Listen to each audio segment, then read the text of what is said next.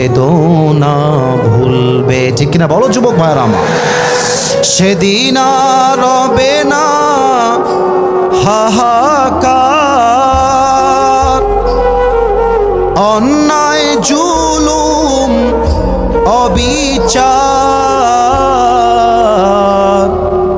থাকবে না অনাচার দুর্নীতি কদাচার, থাকবে না অনাচার দুর্নীতি কদাচার, সকলেই শান্তিতে থাকবে।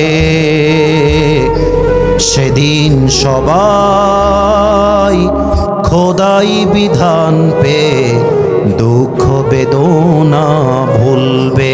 জাস্ট একটা লাইন, যারা পারেন ইসলামকে ভালোবেসে একটা লাইন আমার সাথে তাল মিলিয়ে গাইবেন। কোনো একদিন কালেমার পতাকা দুলবে, সেদিন সবাই খোদাই বিধান পে দুঃখ বেদনা ভুলবে। ঠিক কিনা বলেন? ইসলামের বিজয় যখন হ ভাব, কাফেরদের গায়ের মধ্যে জ্বালা পোড়া শুরু হয়ে গেল, কাফেররা জ্বলতে লাগলো, হিংসা করতে শুরু করলো। এবার কাফেররা মিলে প্ল্যান করলো, ইসলামের বিজয়কে যদি রুখতে হয় মদিনায় গিয়ে অ্যাটাক করতে হবে। মদিনার মুসলমানদেরকে হত্যা করলে মুসলমানদের বিজয়টা সঙ্গে সঙ্গে আটকে যাবে। কাফেররা প্ল্যান করে সবাই মিলে মদিনায় আক্রমণ করতে রওনা হয়ে গেল। নবীজির কানে আল্লাহ রাব্বুল আলামিন সংবাদ পৌঁছায় দিলেন, আগামী 6 দিনের মধ্যে মদিনায় কাফেররা অ্যাটাক করতে আসছে। ইয়া রাসূলুল্লাহ, ইয়া হাবিবাল্লাহ, আপনি যুদ্ধের জন্য প্রস্তুত হয়ে যান, আপনি প্রিপেয়ার হয়ে যান। নবীজি যখন কানে খবর পৌঁছে গেল, সমস্ত সাহাবা ইকরামদেরকে নবী গোল করে বসে গেলেন, যেমন ভাবে আপনারা আমার সামনে এখন বসে আছেন। নবীজি দাঁড়িয়ে গিয়েছে, ডাক দিয়ে বলছে, সাহাবা ইকরাম শোনো, কাফেররা মদিনায় অ্যাটাক করতে চায়, how can we defence attack on them?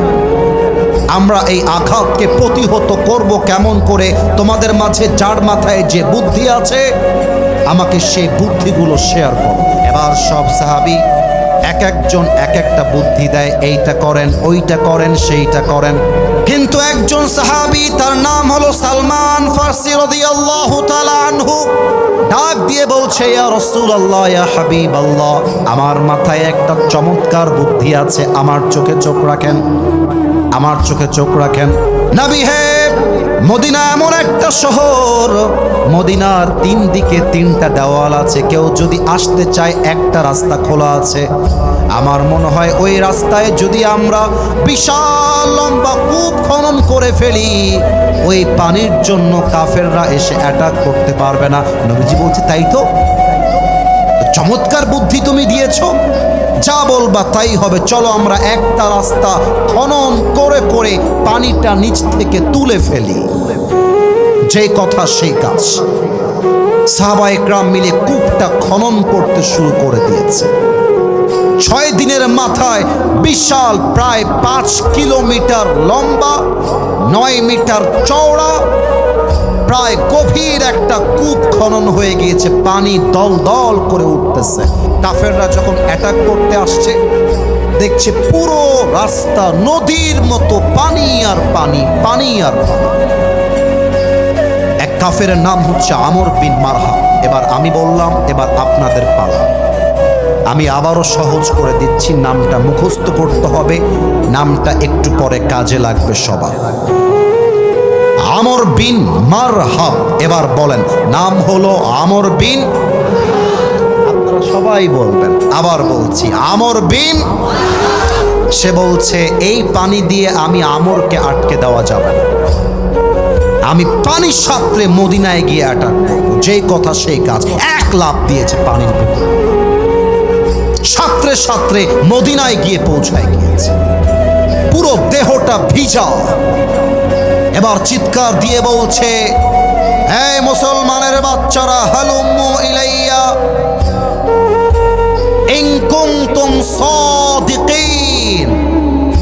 তোরা না বলি শহীদ হয়ে গেলে আল্লাহর জান্নাত পেয়ে যাবি, কোন বাপের বেটা আছে আমার সঙ্গে যুদ্ধ করবি, আয় আমার সামনে, আমি একা তোদের সঙ্গে লড়তে চাই।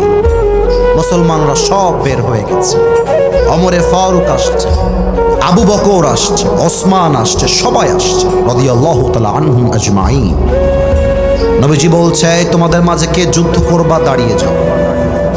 কেউ হাত তুলছে না, কেউ না। পেছন থেকে একজন হাত তুলেছে, তার নাম হচ্ছে আলী রাদিয়াল্লাহু তাআলা আনহু। সুবহানাল্লাহ পড়বেন। নবীজি বলছে, হে Ali, doesn't make any sense, তোমার মাথা ঠিক আছে?